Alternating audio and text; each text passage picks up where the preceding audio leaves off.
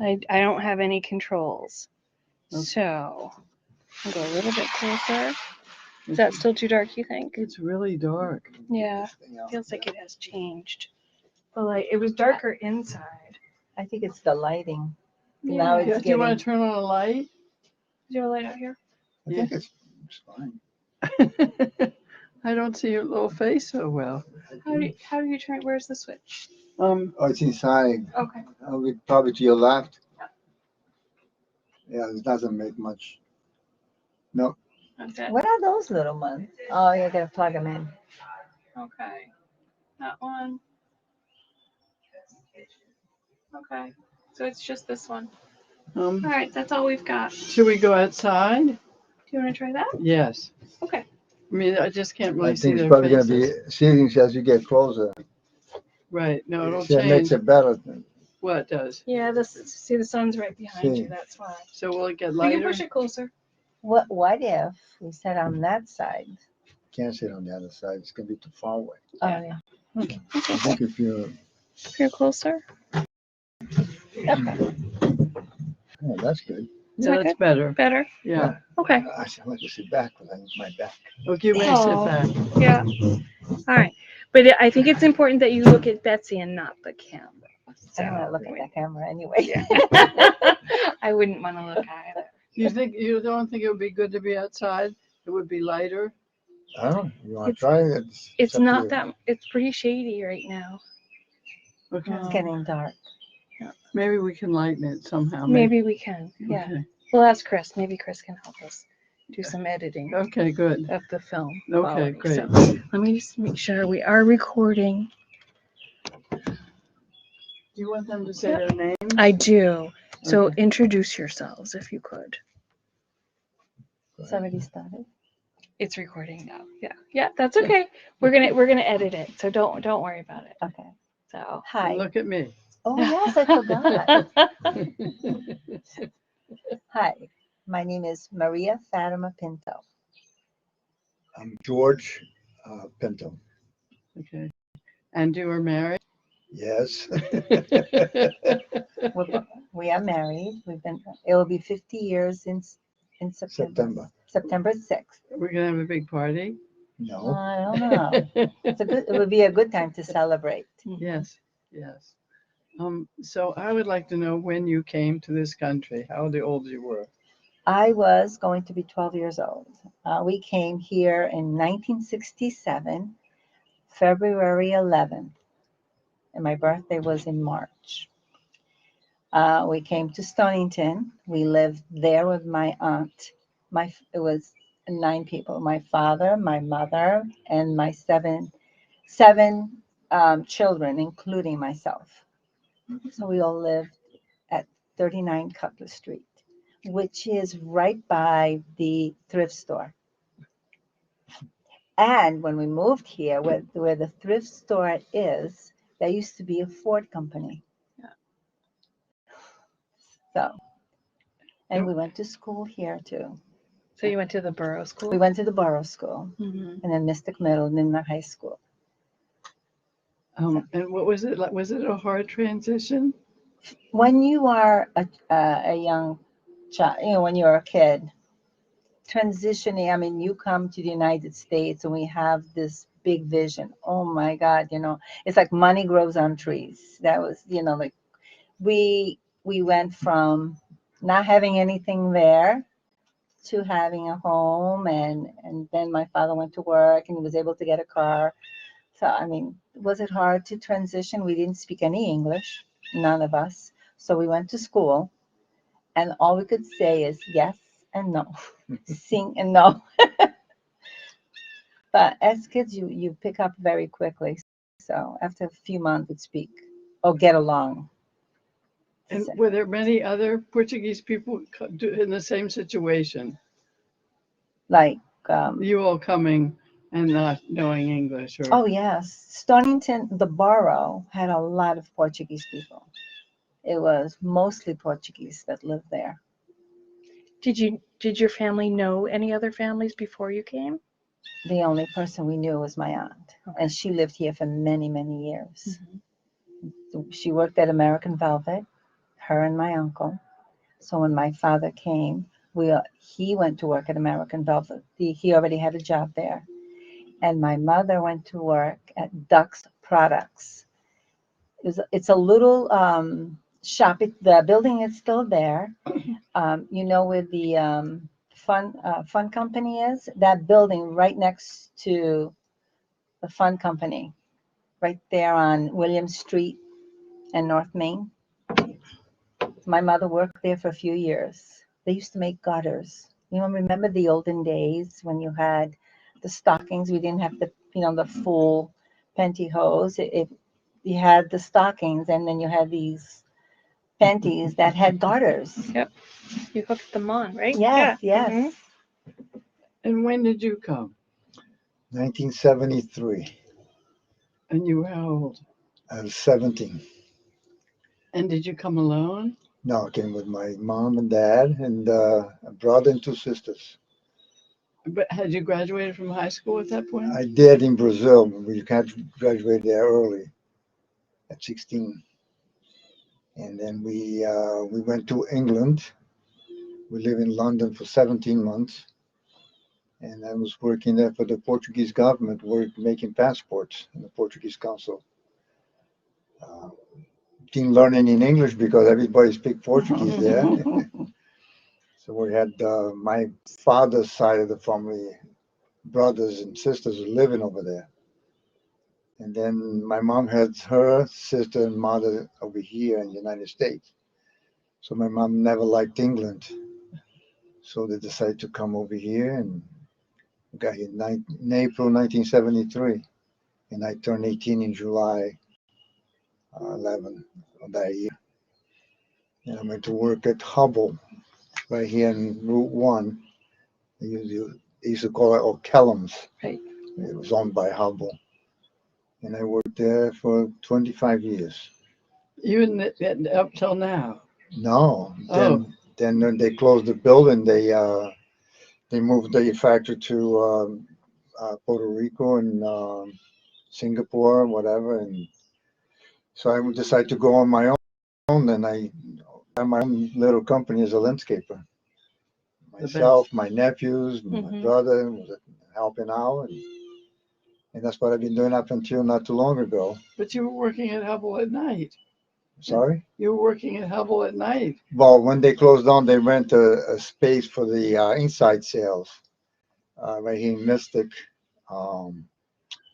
just behind the Hilton, that medical center they have there. So they rent part of the building. And I used to take care of the maintenance and cleaning of the building for them. But I was on my own. I did not work for them. I had no rights or anything like that. That's when I decided when they closed down, I decided to do it, the landscaping business, which I did well, and I liked it very much. And I did that until I retired 2 years ago. 2 years ago. Yes. You didn't even know. Yeah. No. I would like to know when you met Fatima and how that went. It's a long story. I used to, when I came over here, I used to play soccer for the men's league in Stonington. Her brother was part of it too, right? Yes. And the soccer field was right across the street from where they used to live. And she used to go to school with my younger sister. And one day my younger sister came home and says, there's a Portuguese girl that lives across the street from the soccer thing. And she saw you playing with her. I think she likes you. I said, get her phone number. So she did, and I called her up, but it was very difficult to talk to her because her father was very, very, very strict. He's one of those Portuguese guys that, the older daughter has to set an example for the other ones. So it was very difficult we finally met, and then, believe it or not, my father had to go to her house and with me to ask her father, to date her. And then So old-fashioned. Old-fashioned. Yes. And he was very hard with my father, and even with my father. He was banging on the table and saying, this is my rules, and you got to obey by my rules. And It was not This is easy. very interesting. Yeah, it's not Many easy. people away. No, No. no, no. But it was very difficult. You know, we used to date in the kitchen with her sister sitting in the middle of it. Mhm. Yeah, And where were you living? I was living right here in Stonington, Right here in Stonington. on Summit Street. Yep. Yeah. So tell me about the kitchen a little bit and your dates. That was not much there. Like I said, I was sitting here. There was her younger sister, Angie, and then Fatima. And And then, then go ahead. and then there was a window that you could see the outside. And her father used to sit over there, and he was always just looking up there, make sure we weren't separated and all that. And never went to a movie or anything like that. And Never dated. never dated really. So if you ask me what is a date like before I married him, I don't know. Mhm. Yeah, I don't know either. Didn't need to. So how long did this go on? About a year. And then you got married? Mhm. Yes, either that or we had to separate because it was ridiculous. Mhm. To actually we dated once. My mom and dad had to go to her house and ask her father because my mom and dad didn't drive, and there was this Portuguese singer that was coming here to New Bedford or Fall River, Yeah. and my mom wanted me to take her. I said I will if you get Fatima to go with us, but you have to ask Mr. Mendoza that permission, Mhm. and he's not gonna like that. But he allowed us to go and together as long as my mom and dad was with us. I think that was the only time that we went anywhere. Is Yeah. that wonderful? Yes, it was for one day. One evening. And your prom? You went to your prom? I sadly those are the things that I missed. My father did not, God rest his soul, he did not allow us to go anywhere. And all I wanted to do is go to one of the dances. And that was like a no, God forbid if you asked.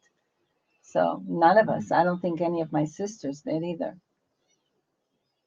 And the thing is, if someone asked you and you said, "Oh, can't," "Oh, you're stuck up," of course, they'd be offended, but my father did not allow it. Very strict. I There is a little story that I always tell the kids. I used to love to sing when I was little. When we came here at Mystic Middle, they had, I don't know, I see him. He was this Hispanic music teacher, and he wanted me to be part of that chorus so bad. So he wrote, I said I can't come. I didn't, my father wouldn't drive me, or I couldn't stay after school. So he wrote a letter to my father. Cole would have to translate. But he was so angry. He's like, "No daughter of mine is going to be staying after school, and you're going to come home. You go to school, you come home, and you help in the house." And that was the end. So could we participate in anything after school? No. Have you sung since? Yeah, for me. Have I what? Have you sang. sung with this wonderful You sang? voice? I used to sing, but I don't know. I'm always singing in the house. I'm always singing to the kids. I want to know more about the Velvet Mill. The Velvet Mill, my father, when we first came, my father went to work there, and my mother worked at Duck's Products. When they closed the business, my mother went to work there. My mother-in-law worked there. My father-in-law worked there. And I went to work there when I had my oldest, Mike. I couldn't work first shift because back then, like we had to take care of our own kids. So I went to work there third shift for 1 year. George would not allow me to stay any longer than that. So then I went to second shift, and I stayed on the second shift for almost 27 years. No, it was a long time I was on the second shift. All the kids went to school. But that company, it brought in, like all these Europeans, and it was a good company to work for. At the end of the year, if the business did well, he had profit sharing. So at the end of the year, if you did well, you would get a nice check, a bonus, they would say, to help with your Christmas. But it was a good place to work. Can you tell me about the atmosphere? Because I think of velvet and how lovely velvet is. What was it like? The velvet, And what was the place like? That it's so big. the place is massive. I've stopped there a few times. It's been all chopped up. And I'm like, oh my gosh. They had that big main room. That's where they had all the weaving machines. They called rapiers and looms. When I first started working there, it was the looms. They had these big shuttles that once the shuttle was empty, you had to take it out and refill it. And then they had another department that called the warping room. That's where they got the yarn, like to bring to the looms, and then it'd have a top and bottom, and they'd have like once the looms were running, they're weaving. They have a knife that would split, so you'd have two pieces of velvet coming out on the other side. It was really, really interesting that we made velvet from scratch. Like with the yarn and then going into these big machines, and I have all types of people doing different jobs. Was it silk velvet or cotton velvet? We had the cotton. The cotton was more like they called it 1800. Mm-hmm. It was more for the box. And they had Kodak. Remember back then, the film industry. Yeah. And then Okay. when it, like the new technology started coming up, that impacted the Kodak. I don't understand. Look, they have, I guess, in even in the dark room, they called, they always needed that black velvet. Oh, okay. So, and the box industry would be for your Camera. jewelry boxes, Mhm. for coffins, Right. so the Lined with inside, the velvet. lining. That was a heavier type of velvet. They had the nonpareil, which was the best, and that was for dressing, for dresses, cuffs, like they used that, and it was big way back when um, used the velvet. I mean, if you had a piece of velvet, you're like, high society. What was your job in the mill? I started off, um, actually, I was there temporarily, but I went into the weaving department. So where we made the velvet. Mm-hmm. And then when they moved the business, because of all the imports coming in and from, oh my gosh, I can't remember the name, but we started getting this velveteen, which was a cheaper product, and people were buying that. It was so much cheaper than buying the real velvet, the one farmer velvet. So then that took, like we were affected by it. So you weren't getting as many orders. So, and then they decided it was too costly to have the business here. Yeah. They got together with all the governors and they were going to do this, but the taxes were too high. So they closed the production and they sent it down to Blackstone, Virginia. I remember that. And then everybody lost their jobs. As far as the production, yes, they had to lay everybody off. They kept the office here. So then once they closed the weave shop, I went upstairs and I worked in the accounting department. I did the accounts receivable, and I was there up until they closed the business and it was sold.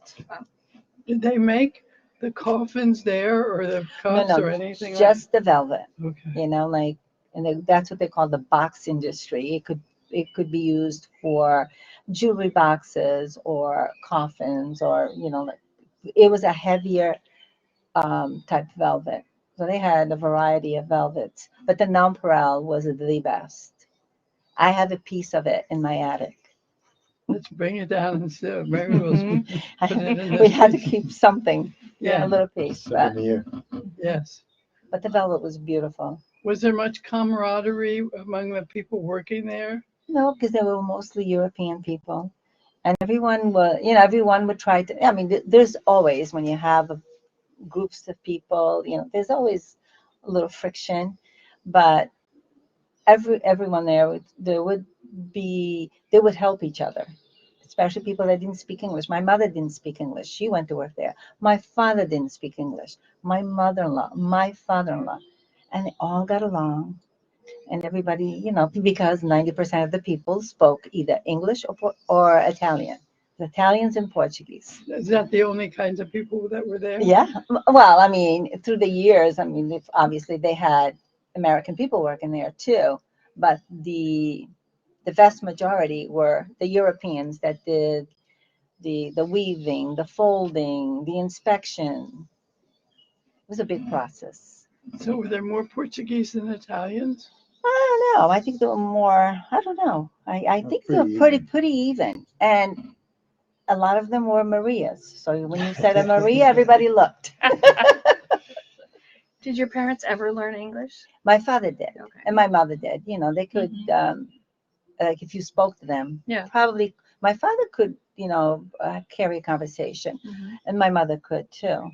But they spoke mostly English, Portuguese at home. Right. And at work, they had Portuguese people. So they Mm-hmm. really, didn't push themselves to speak the language. But, he did. He bought his house and he bought his cars and he bought all his stuff all by himself. So when you got married, did things change with your father? Yes, very much. We'll talk about that a little bit. Yeah, he was actually he treated me better than he treated his sons when he found out who I was and what I like to do and how I did it, and I was the only one that was allowed to drive his car. So, right, we took a vacation to Canada. He's lending his car for us to go there, and that was unheard of. I mean, his sons will never touch the car. Well, that must have made you so happy. He did. For the longest time, I wanted to let him know that he was wrong about me, and she always stopped me, saying, "Why don't you just forget about it and let it go?" I said, "No, I just want to talk to him." Because a lot of the times he was very strong with me, and before we got married, we had to go to church to what do you call it, They seminar or something. Yes. So before you get married in a Yeah. Catholic church, they send you, I didn't, and Father Loftus, I don't know if you remember. Loved Father Loftus. Everybody did. Oh my gosh. But anyway, he wanted, we had to, because we had to go to this, it's like a retreat, and it's for the day. And I had asked my mother, I asked my father, no, like, so you couldn't really, and you couldn't explain it to him because in his mind, it's just those two going. Yeah. No, because nobody could go with us. So we went to church, and then I told my mother, we're going to go, God rest his soul, poor thing.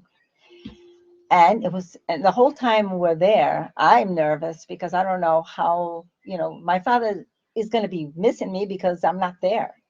I'm not, my sisters are This home. thing We took a didn't go whole day. shopping. So when we came home, obviously my father was waiting for us. No, your mother was waiting for us in the yard by the gate. And she said, "Your father's been looking for you." She didn't look at her and said, "And you," like pointed at me, "you better get out of here quick because he's going to hit you." And so I had to go. I had to leave, and she got the worst part of it. He went to St. Mary's looking for me. He went to St. Michael's looking for me because my mother said we were at the church. There were no cars at the church. You weren't at We the had to church. go to Norwich, Norwich, yeah. at the cathedral there. And for days after that, he won't talk to me.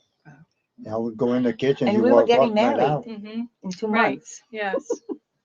He used to walk in the kitchen. He used to get out and even say hi to me. And one day I Stuff. put my hand on the door like this, and I'm gonna let him go through. So I need to talk to you. And he said, "You made a clown out of me and this and that." And he was really tough.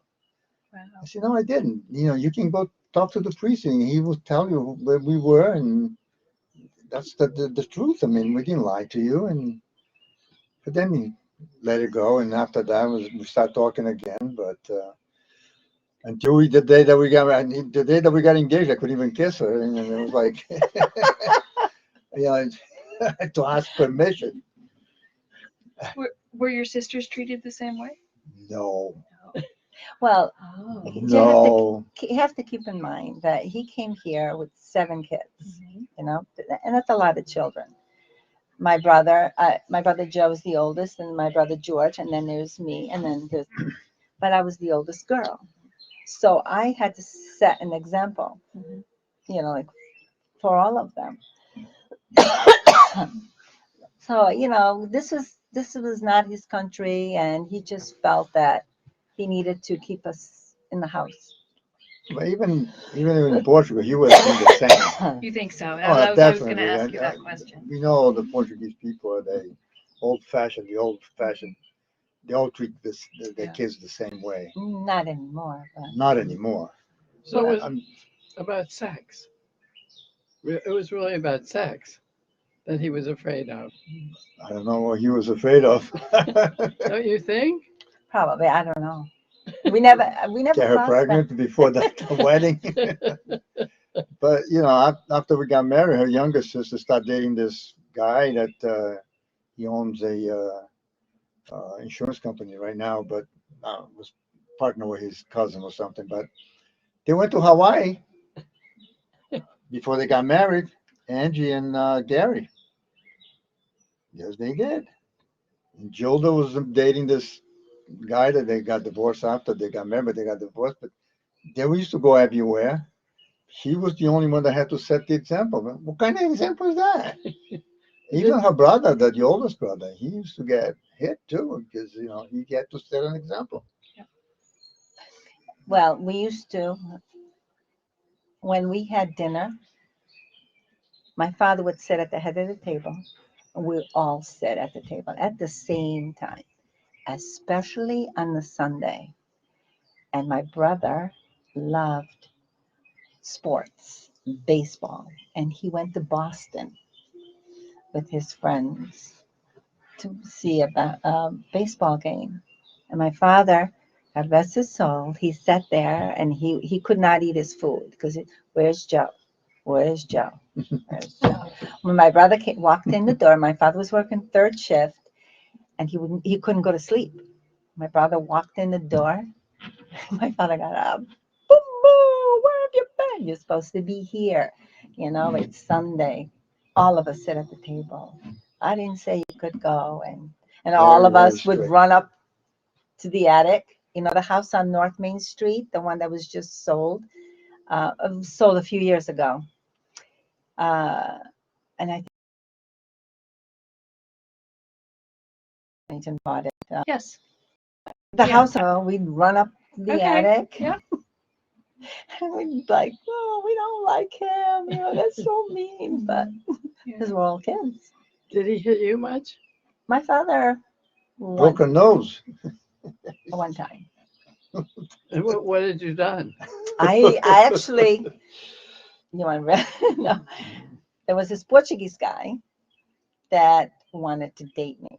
So I was 17 years old, and he went to talk to my father. We remember the blessing of the fleet on a Saturday night. My father would take all of us, the whole family would go, but everybody would have to stay together because that used to get so crowded back then, and people used to drink a lot. So anyway, and he came and he asked my father if we could walk to the boats. And my father said no. So in order for me to go to the boats, to go see the boats, my sisters would go with me. So we went to the boat. My father said, okay, but all of you stay together and you come back together. Well, he didn't want to come back together. So my sisters came ahead of me. And then, of course, when I got there, my father's like, where have you been? And he didn't really say a whole lot. He was angry. He just came and slapped me right in the front of my nose. My nose blew up. And he kicked me, and my mother said, everybody in the car, so we all came home. Did he do this in public outside? Yes, right there back then. And then, Mhm. it was not a big deal. Um, uh, let's talk about your family and your grandchildren and how much time you spend with them. We spend, A lot of time. I think we spend more time with them than the parents do. So how many children do you have? I have three. Three. So the oldest is going to be 47 this year. My son Mike. Rob is going to be 44. No, he's just turned 44. His birthday in May. And Monica's 38. Right. So Monica has three, Simone, Carter, and Avery. So it's 14, 13, and 8. She'll be 9. Rob has one. He's my middle child. Robbie. He's got a Robbie. And Mike, my oldest, has 2. Tiago and Anderson. And what kind of parents were you? Were you strict like that? I was No. a little strict, but not like that. I mean, I used to say, when I have kids, I want them to participate in school activities. I want them to go to the dances, because that's part of growing up and interacting and, just becoming socially comfortable. When we first got married, I was so shy and didn't know, what to expect.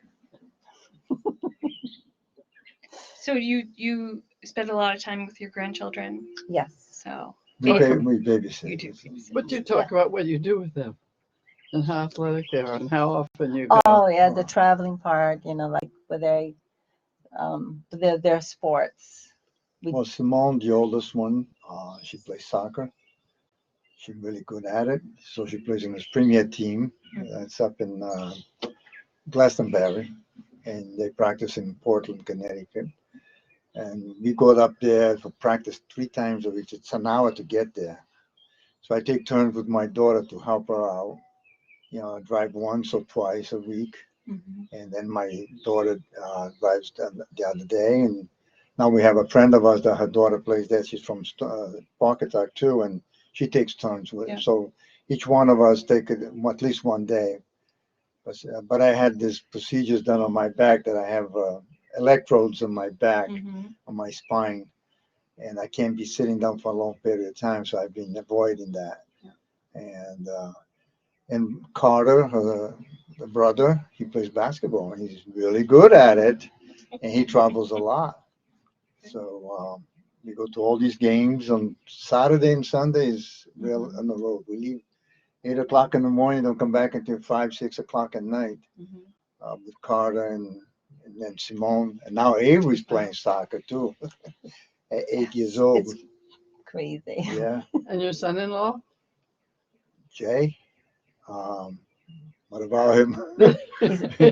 He coaches the high school. And we go see those games college, not college, high school basketball team. Okay. He's the head coach for them. And then in the season, of course, we try to go to all the games just to support the team. And then the traveling, the worst part is Simone, because she goes to Indianapolis, she goes to Florida, she goes to New Jersey. She Long does not Island. play in Connecticut. They feel that the competition is not good enough. So they go outside of Connecticut. So they go to Massachusetts. Not too long ago, my wife had to go with my daughter and my granddaughter, stay overnight in New Jersey because it's so far away and the games are early in the morning.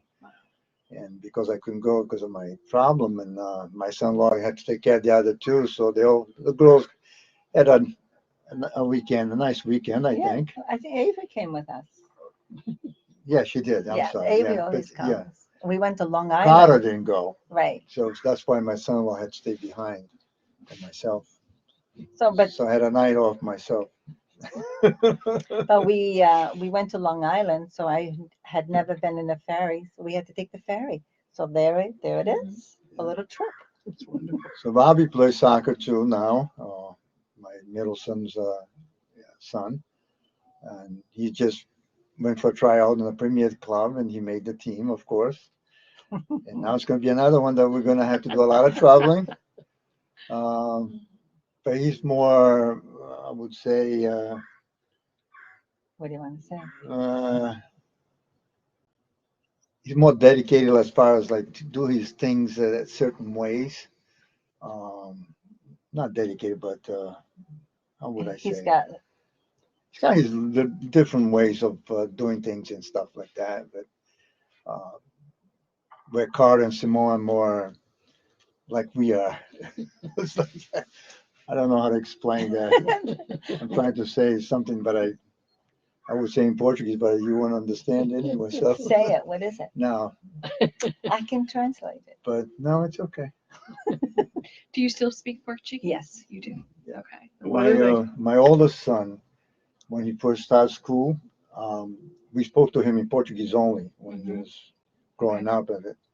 And then we got called at the school one day, and the teacher says, "We got a problem here. Your son does not understand us, and he only speaks Portuguese, and we couldn't, he doesn't speak English at all, so we can communicate with him."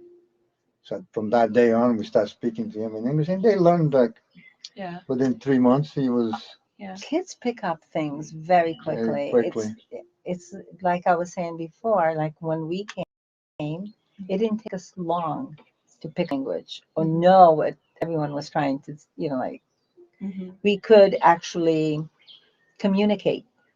Like a couple of months, Right. and that was it. So, That but makes as me we, sad, though. Right. Does he speak Portuguese now? Yeah. Oh, he still does. Okay. Michael, Yes. yes, Okay. They Mhm. understand more than they speak. Mm-hmm. All three of them. I think Mike and Monica does well too. Yes. My middle one, my son Rob. See, Monica always wanted to speak, and she does. She can communicate. I mean, not fluent, but if you talk to her in Portuguese, she understands what you're telling her, Mm-hmm. and she can sometimes, not answer you in Portuguese, but she will put in the English because it's easier. My middle son, when he was little, I talked to him in Portuguese too, but not as much as we did with Mike. with Mike. And he used to say to me, "Mom, I'm in America. I don't want to speak Portuguese, just English, Mom." He was like 5 years old. But Rob, you'll need that. No, Mom.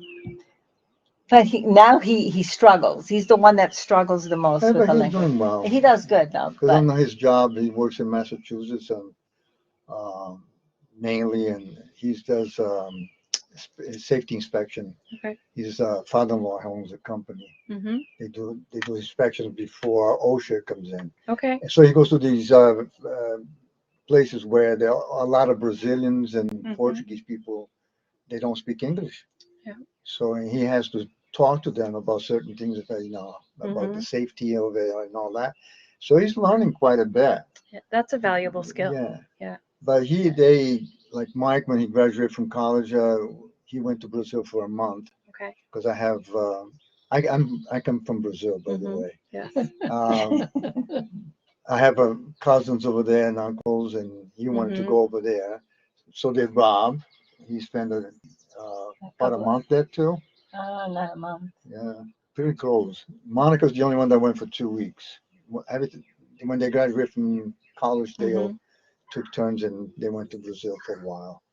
And they wanted to learn the language. Mhm. But we keep speaking, even our grandchildren, we try to speak with them in Portuguese, and then before you know, we're speaking in English. Yeah. And it's very hard, very difficult to But I have to say, Anderson, I speak to him in Portuguese. use And everything I tell him, 17 months. yeah, everything I tell him to do in Portuguese, he does He it. does it. I said, Anderson, pega e dá pra vovó. He looks at me, he looks at it, pega. He goes there, picks it up, and brings it to me. And what do they call you? What are the names in Portuguese? Well, in Portuguese, avó is grandmother. So they call me vovó. Avô is grandfather. So they call him vuvu. And he comes in the morning, boo boo, boo I boo. love that. That's And great. he's 17 months, He's 18 now. 18 months. He's so cute. So But when they you, all call us boo boo and boo. Mhm. They don't Yeah. call us by grandma or grandpa. Or Mhm. They all know the boo boo and boo. I wanted to say, when I introduced myself, I should have said, when we first came here, we came from São Miguel, Azores. I was going to ask you that question Yeah, actually. you know, so, like I should have uh-huh. said that, Yeah. but So, yes. So let me just interfere here a little bit. So even though I went to England for 17 months, I did not speak a very little English when I came here to United States after 17 months in England. Because I used to work for the Portuguese consul and they all speak Portuguese and my friends are all Portuguese, so I had no need to speak English. And Fatima is the one that taught me how to speak English after we got married. uh-huh. I went to Fitch High School Yep. at nighttime to get my high school diploma, but we were supposed to be there every week, 5 days a week. We used to go there maybe once or twice, my brother and I, and 5 other Portuguese friends that we had. And we used to go to this place in Groton. They had 2 discotheques. We used to go dance and pick up girls and dancing over there. So we didn't speak English, and all our friends was Portuguese. And after I got married, and I started learning how to speak and read and write, and I with Professor here, Maria. thank you, but I don't know. No, No. like, okay. He remembers more because I taught him, but I don't. I probably She did it still without teaches me even it thinking. today because I still don't do very well Yes, in you my do. English, but You do well, beautifully. when I work at Hubble here in Callums, it was also Portuguese and Italian and Puerto Ricans. Okay. So for me, it was easy to talk to them in Spanish because Spanish and Portuguese are Very close. very close, and very similar. And but I worked 7 years in the production, and then I became a supervisor, and I had 43 women working for me, Italians and Portuguese, and that's why I have all this white hair. Believe me, it was not easy. What did you make at Hubble? What did they? They made electrical devices. Do you ever hear about the Japanese finger grip? Yep. Yeah, that's how we used to make the mash Mm-hmm. to pull cables. We used to make all by hand. Mm-hmm. That's what we did over there. But they make Hubble makes a lot of different things, like jacks for computers and stuff like that. But they have the main place now is in Puerto Rico, Singapore, and they have a place here in Newtown, Connecticut. But I live across the street from Hubble, from what used to be Hubble. Hubble, oh, Yeah. So it's Zachary now, Yeah. but on the hill. on the hill that did you know what was the name? Lois Gerard. Lois Gerard. They used to No. own the radio station in Mystic. Uh-uh. No. No. Wait, No? she lived on Wilbercourt? No. Yeah. Oh, Wilbur. across Route 1 then. Yeah. Oh, Yeah. you're on the other side of Yeah, Lowe's I'm on the Point. same side as Oh, Hubble. Hubble. Oh, okay. So. Mhm. So you had problem with the water.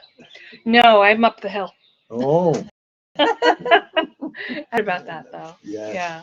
So, but when we moved in, I think they were working more than one shift across They the had street. 2 shifts at that time. Hmm. When I worked there, for the most part, it was only 1 shift, Okay.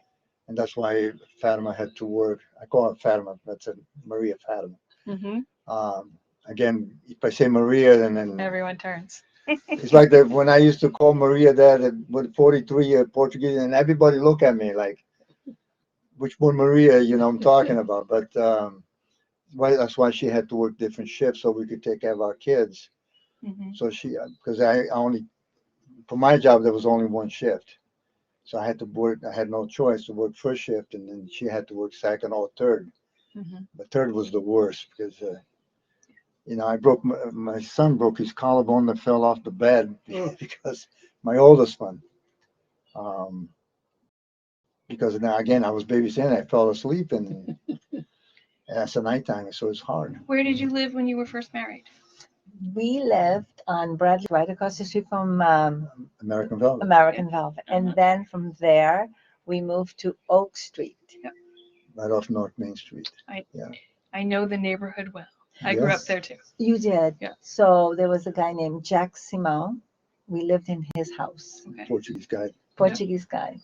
Well, he's passed away and his wife has passed away. So I think the son now, because he only had one child, Mhm. I think the son now. Um, has the house. What a small world. And where do you live now?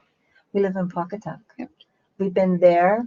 Rob is 44 years Wow. On Somerset Drive. on Okay. Somerset Drive. I could not find it, but You I- did once. You by went over myself, there. I don't, I've been there. No. I think you took me there. Yeah, he I picked don't you know. up and Yeah, he took so- you home. I think Yes.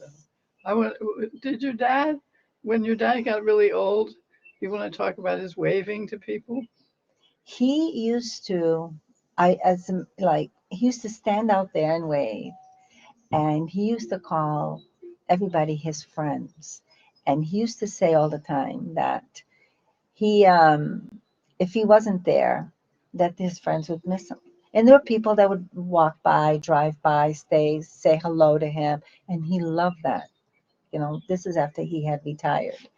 When my mom passed away, that became a place for him to just kind of entertain himself and say hello to everyone. He was welcoming the people to Stonington. So one day, my Very father well. got really sick, and so he couldn't be left by himself at the beginning.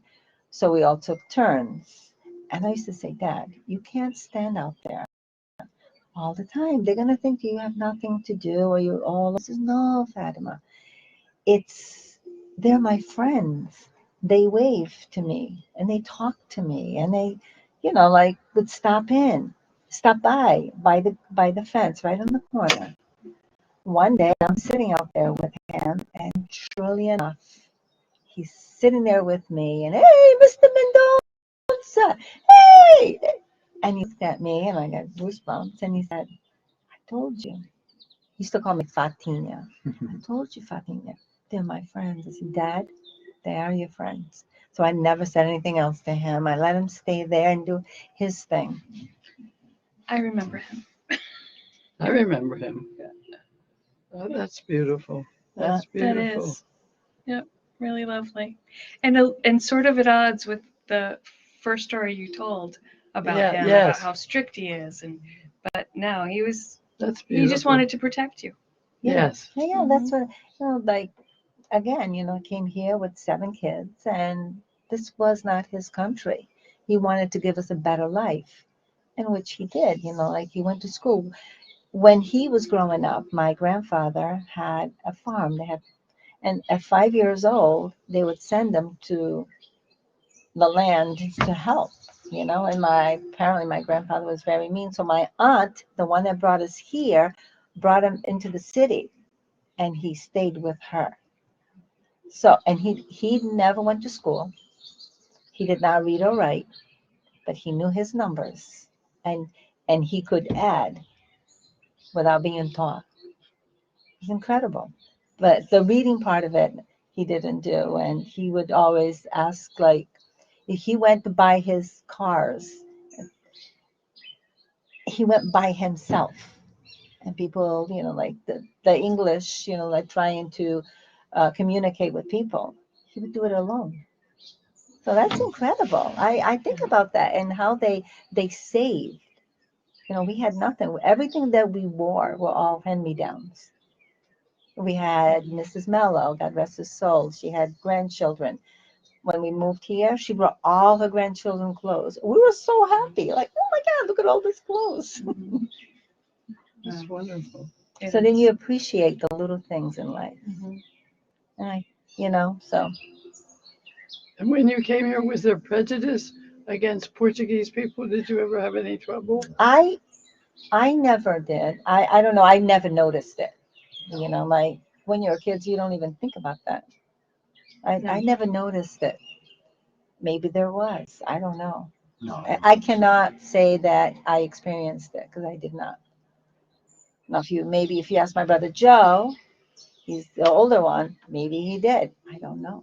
No, I don't think so. So I don't think there was any prejudice with the Portuguese, or the only thing was that we couldn't speak English For a little while. for a little Just a while. little while. And the kids we went to the borough school, and the kids would say, Fatima, write S H I. So one day we're in line to go to recess. Yes, I remember myself. And so there's what so I wrote it. I didn't know what I was writing, and the teacher, Mean. Did you get in she's trouble? like, "Who did that?" You know, and they're like, "She did," and I said, "Yes." Do you remember any of your teachers from the borough school? Oh my God, there was one that I really, really liked. Oh my, she was the best, and I cannot remember her name. What did you like about her? You know, I was in the 5th grade, and she knew that I didn't speak English. And, and they have that 5th grade class, where they teach you about menstrual cycle